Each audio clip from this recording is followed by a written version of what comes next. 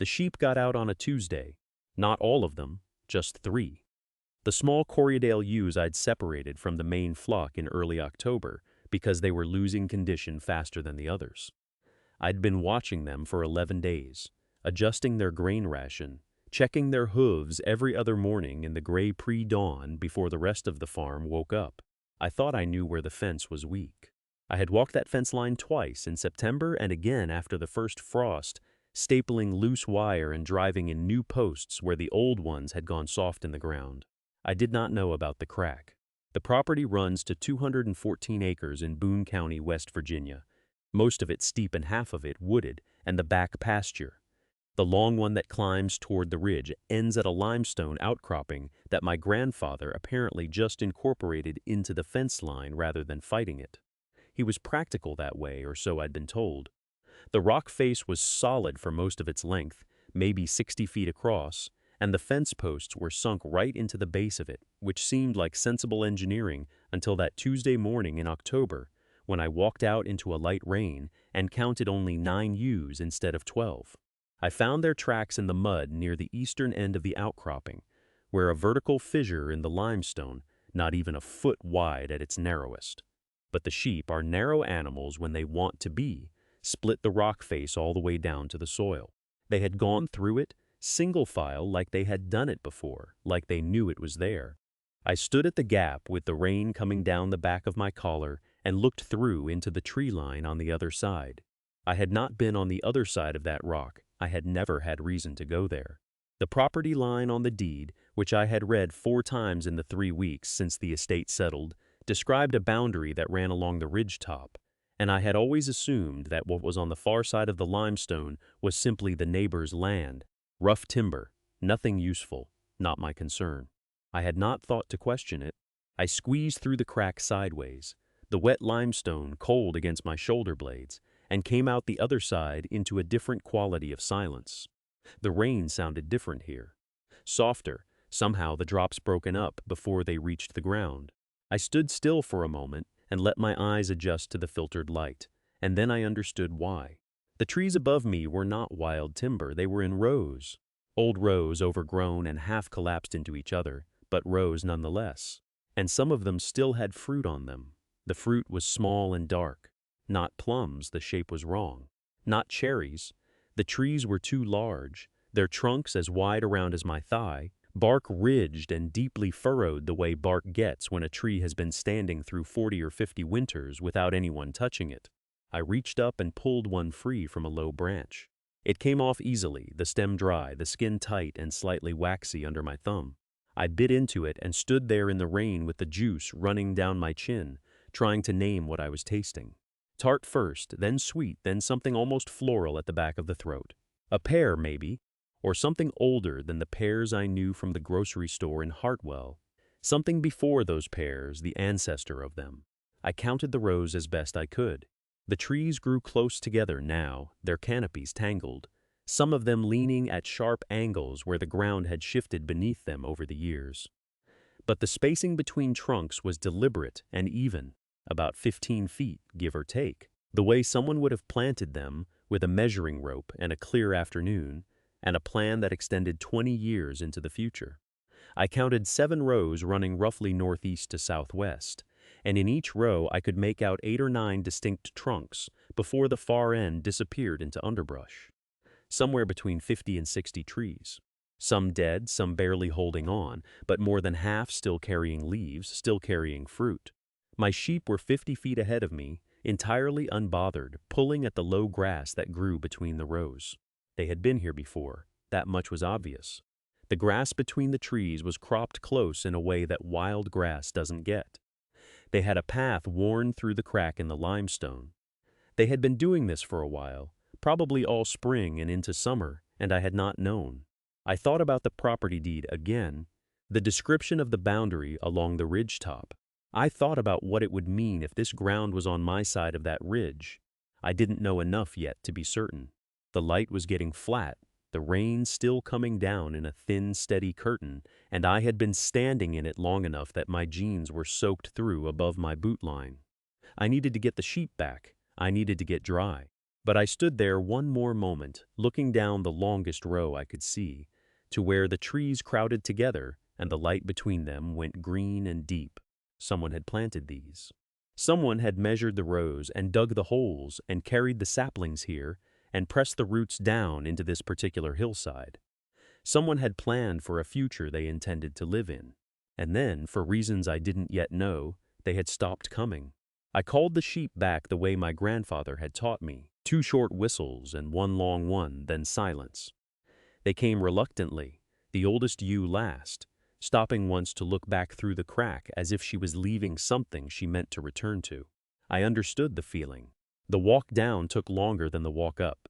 The rain had softened the path, and I had to pick each step carefully, the sheep filing ahead of me in a loose, unhurried column, their wool dark and heavy with water. By the time I got them back through the gate and latched it, my hands had gone stiff. I stood in the barn doorway for a minute, just breathing, listening to the rain on the metal roof above me, watching them settle. Inside the house, I changed out of my wet jeans and hung them over the bathroom door and made coffee I didn't really want just for something warm to hold. I stood at the kitchen window looking out at the ridge. The tree line up there was a dark, uneven edge against the gray sky. I had looked at that ridge line every morning since March, without ever wondering what was on the other side of it. The property deed was in the accordion folder in the bottom drawer of the desk in the front room, the desk that still smelled faintly of pipe tobacco 22 months after the last person who smoked had sat at it. I spread the deed on the kitchen table and smoothed the creases with my palm. The language was the way those documents always are, formal and compressed, describing the land in terms of chains and rods and compass bearings. The boundary ran along the ridge at a line described as the natural limestone formation known locally as the Crab. Back I had heard that name once before, years ago, from my grandfather, and had not thought of it since. I didn't know what it looked like. I didn't know if the crack in the rock, the one the sheep had been slipping through, was part of it or separate from it. I needed the county surveyor's plat map. I knew we had one somewhere because my grandfather had mentioned it once in the context of a dispute with the landowner to the north, a dispute that had apparently been resolved quietly and never discussed again. I didn't know what the dispute was about. I didn't know how it had been resolved. I had been maybe 10 years old the one time I heard him mention it, sitting in this same kitchen, and the conversation had stopped when I walked in. I finished the coffee and started going through the accordion folder more carefully than I had the first time. Behind the deed, behind the tax records, behind the insurance papers, there was a folded survey map, hand-annotated in pencil, with a name in the top right corner that was not my grandfather's. The name in the top right corner was a woman's, written in a careful, slanted cursive that belonged to someone who had learned penmanship from a nun or a strict schoolteacher. The kind of handwriting that pressed hard into the paper and left a ghost impression on the sheet beneath. I held the map closer to the window. The ink had faded to a pale brown, but the name was legible, E. Voss, June 1954. I didn't recognize it. Voss wasn't a name I associated with this land, this county, this kitchen. I set the map flat on the table and smoothed the creases with the side of my hand. It was a plat survey of the full 43 acres, hand-drawn at a scale I had to estimate by comparing the marked boundaries against the deed. The eastern fence line was correct. The north boundary matched what I knew. But along the western edge, running parallel to the long limestone shelf where the sheep had been disappearing, there was a notation I had to tilt the paper toward the light to read.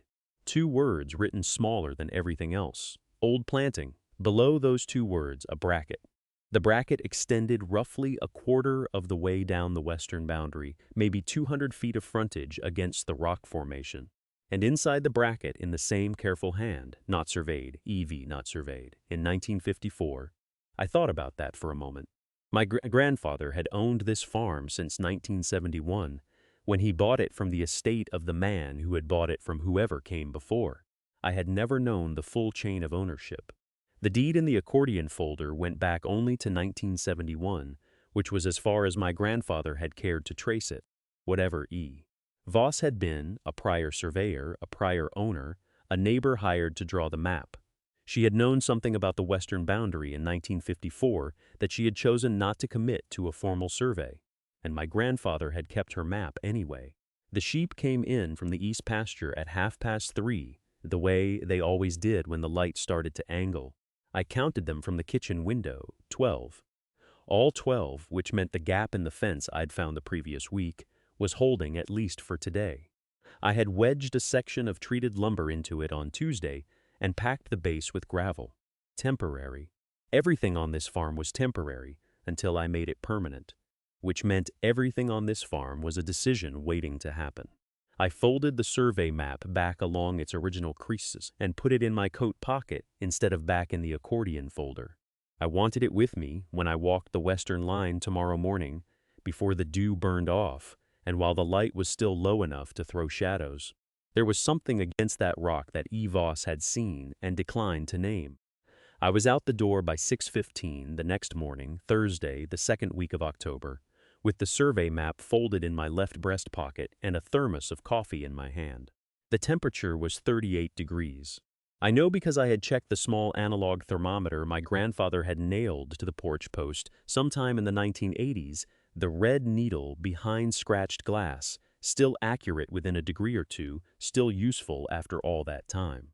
The western boundary of the property ran approximately 430 feet from the corner post at the north fence line down to a natural shelf of limestone that jutted out of the hillside at a low angle. I had walked pieces of it before, in summer when the grass was high and the light was flat. It had never seemed like much, a gradual slope, some scrub cedar, a stand of old Osage orange trees my grandfather had planted as a windbreak sometime in the 1960s. But in the low October light, with the shadows running long and parallel across the ground, the terrain looked different, older, like a face you have only ever seen in bright light, and then you see it at dusk and realize there are lines you had never noticed. I followed the fence line slowly, checking each post as I went. 2 were leaning. I pulled a short length of wire from my coat pocket and made a note, a mental note, and then a physical one in the small notebook I kept in my back pocket. Post 17 leaning south, post 22 rusted staple, wire loose at the bottom rail. I had started numbering the posts myself in August with a paint marker, because without numbers the fence was just a fence, and I could never remember where the problems were from one week to the next. The limestone shelf appeared at the base of the slope about 200 feet in. It rose out of the hillside gradually, first as a low lip of gray rock barely above the soil line, then lifting as it ran south until it stood perhaps 6 feet tall at its highest point, not a cliff, more like a slow exhale of the hillside pressing outward. Moss on the north face, lichen in orange and gray on the top edge. The kind of formation that looks permanent in a way the fence posts and the barn roof never quite do. I stopped about 10 feet from the face of it and looked at the map. E. Voss had drawn a small notation here, just 2 letters in her careful compressed hand, GERD. Weak ground. I had read it the night before and assumed she meant the soil was soft, prone to shifting, a note for a surveyor about post stability, nothing more. But standing in front of the rock in the low morning light, I saw something she had seen and I had not. There was a gap, not a crack exactly, a gap, narrow perhaps 18 inches wide where the rock face had separated from the hillside at some point. Recently or long ago, I couldn't tell. The sheep had already found it before I did. That was the thing I kept coming back to afterward. They had been slipping through this gap for weeks, maybe longer, and I had interpreted it as escape behavior, as a flock problem, as something I was doing wrong with the fencing. Dot especially, the lead ewe, a 3-year-old Corriedale with a black ear tag numbered 07, who had an almost mechanical instinct for weak points in any barrier. I had blamed her. I had spent 3 separate mornings last month patching fence line with hog rings and T-posts, moving left and right along the perimeter, never thinking to follow where she was actually going. I stood at the gap and put my hand against the left face of the rock. Cool and dry, slightly rough, with a thin powder of lichen that came off on my palm. The opening was angled. The 2 faces weren't parallel, so the gap was wider at the top than at the base, roughly triangular in cross-section. 18 inches wide at shoulder height, narrowing to maybe 10 at ankle height. Not small enough to be impassable. Nothing like what the word crack suggests, more like a doorway with an attitude about it. I turned sideways and stepped through. The change was immediate and physical, the way temperature drops at the edge of tree cover. The wind on the open hillside cut off completely. The sound of the creek from the north field dropped to almost nothing. What replaced it was a different kind of quiet, thicker, contained like the inside of a stone building. The rock extended for perhaps 30 feet in either direction from the gap, curving slightly, and the hillside behind it formed a natural enclosure, sheltered south-facing.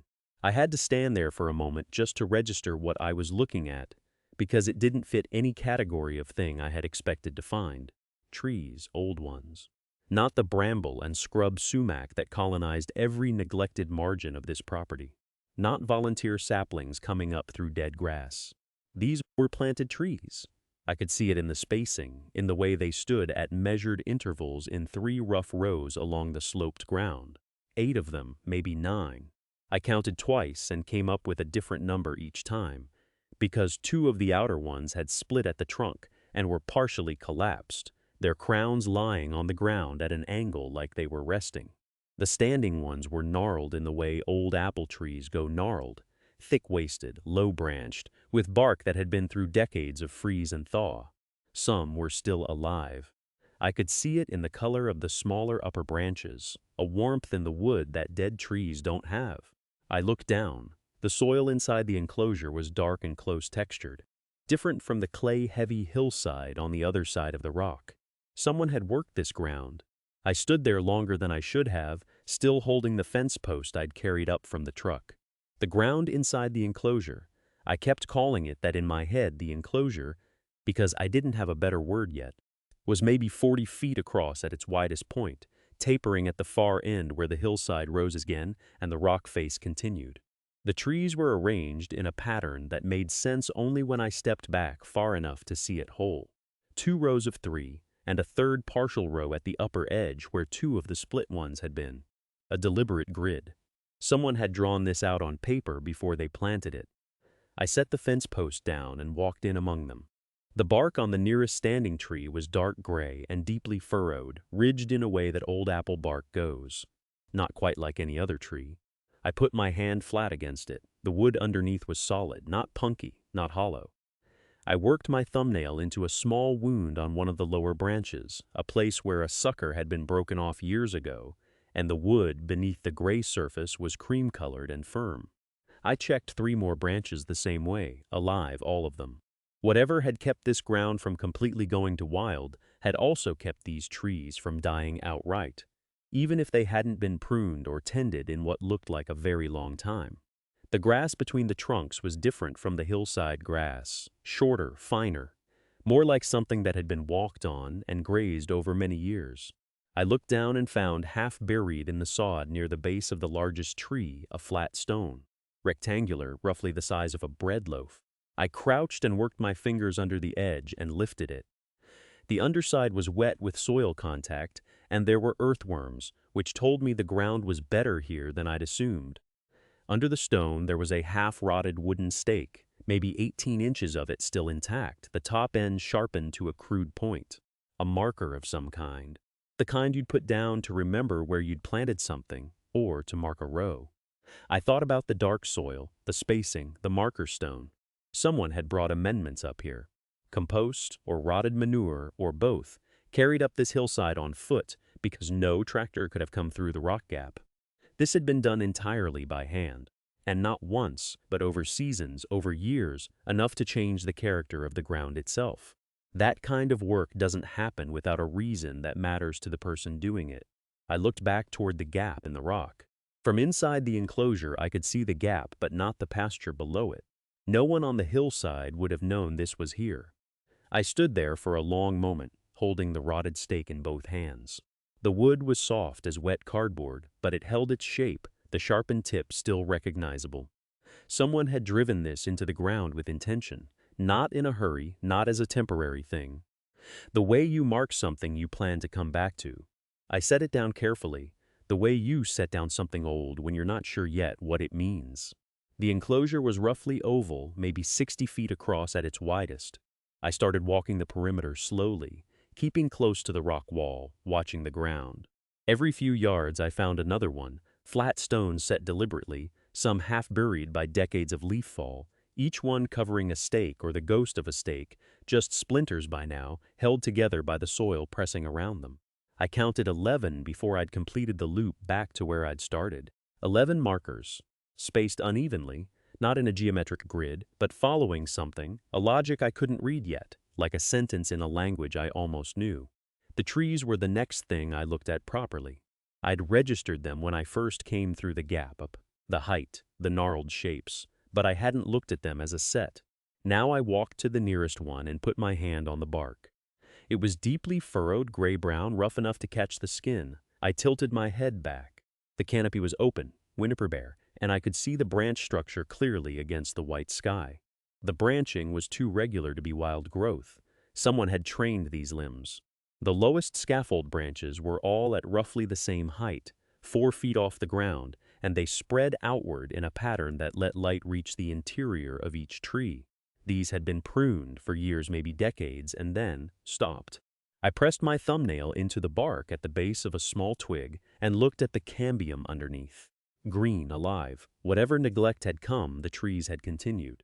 There were 8 of them that I could count, distributed across the enclosure in a rough grid that had nothing to do with the marker stones.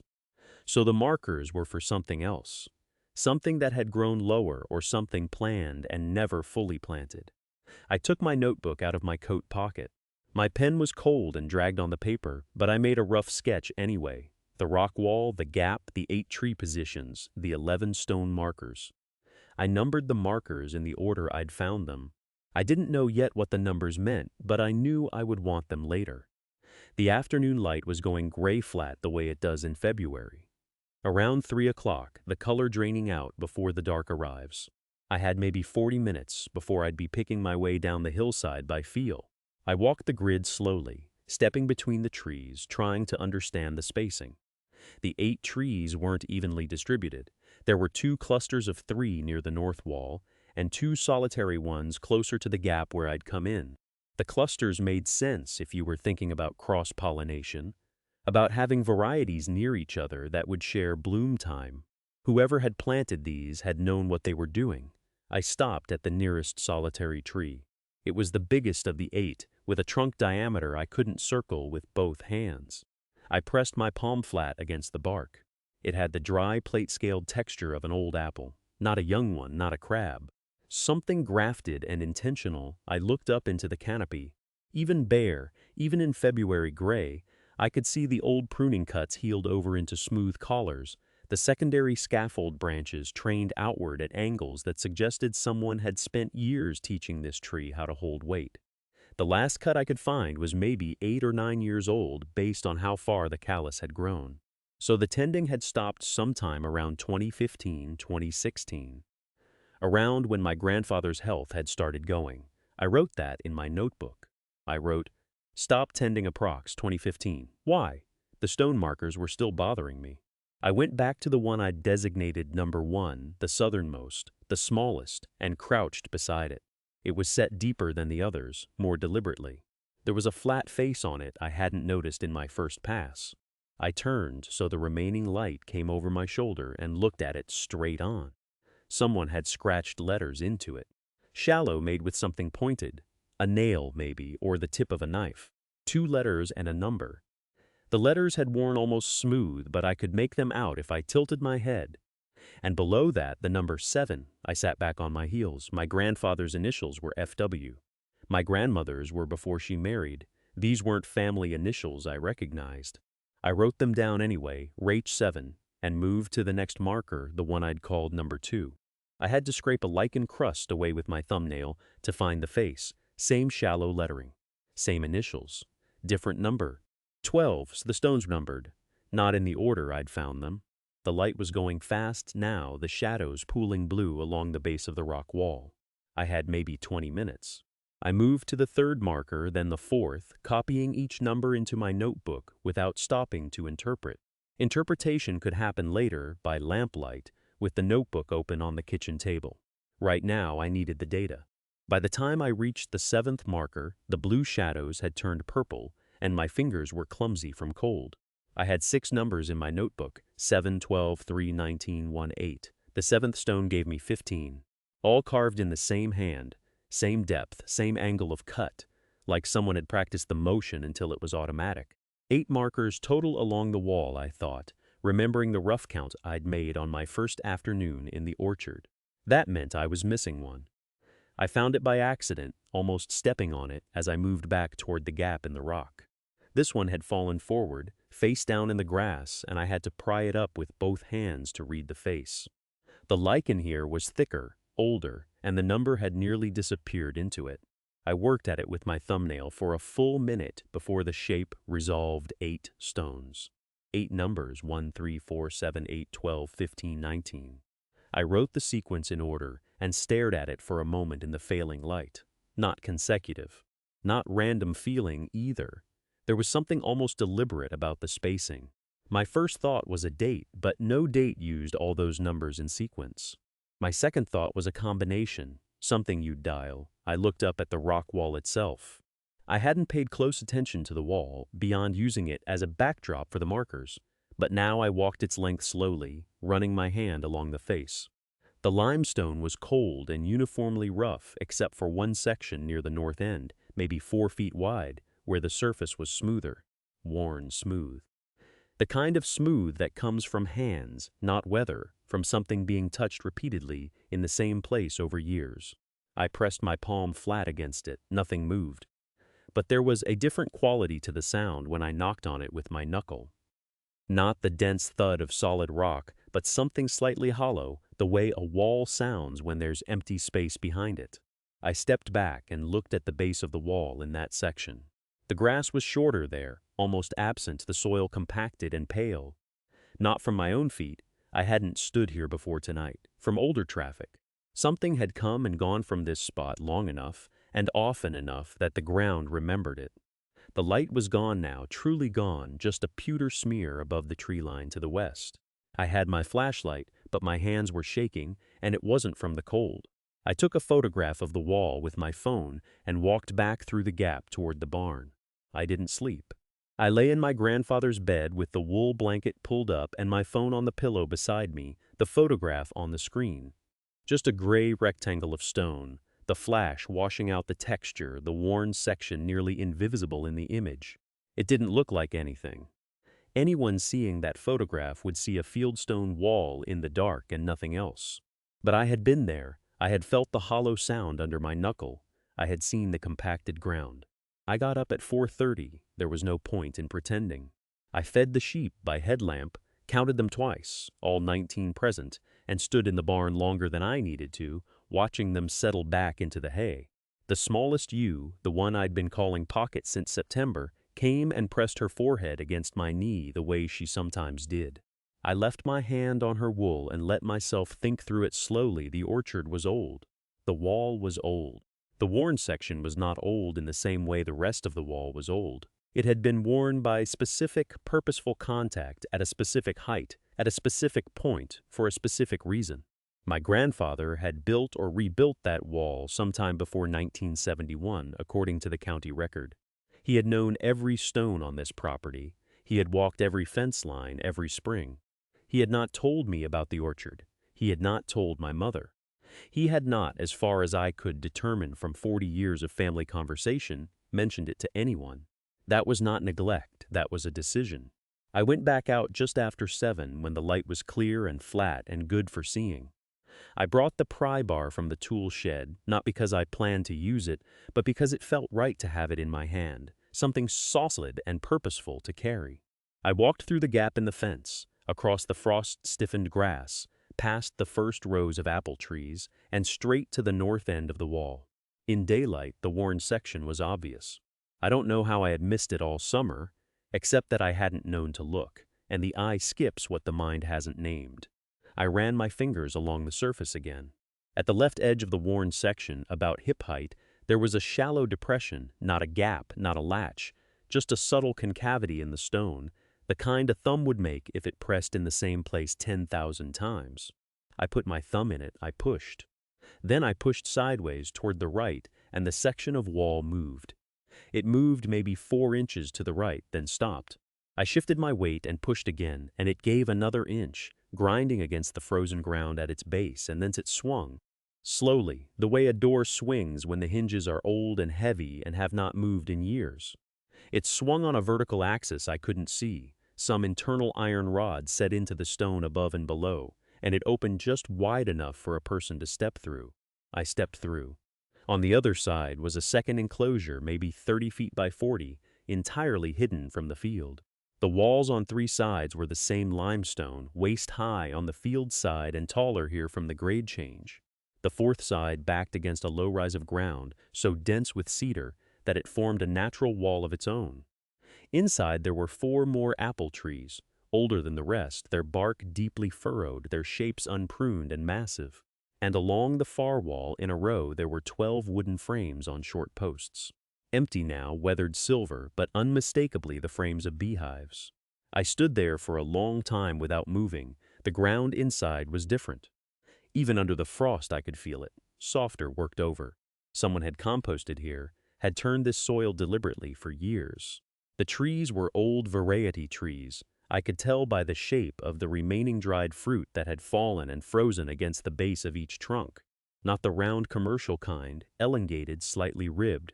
The kind that pressed down to a hard sweet cider. I walked to the nearest hive frame and put my hand on the wood. It came away on my palm like chalk.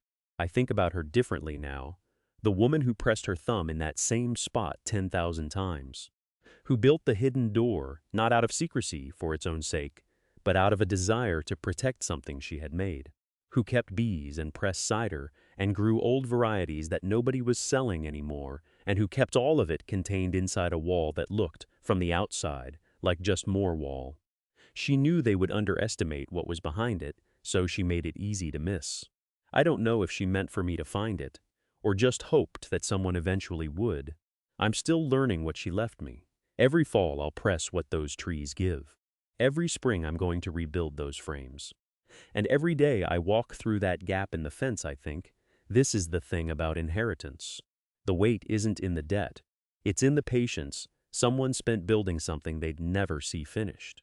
If your family left you something you haven't opened yet, go look. Leave me what you found in the comments.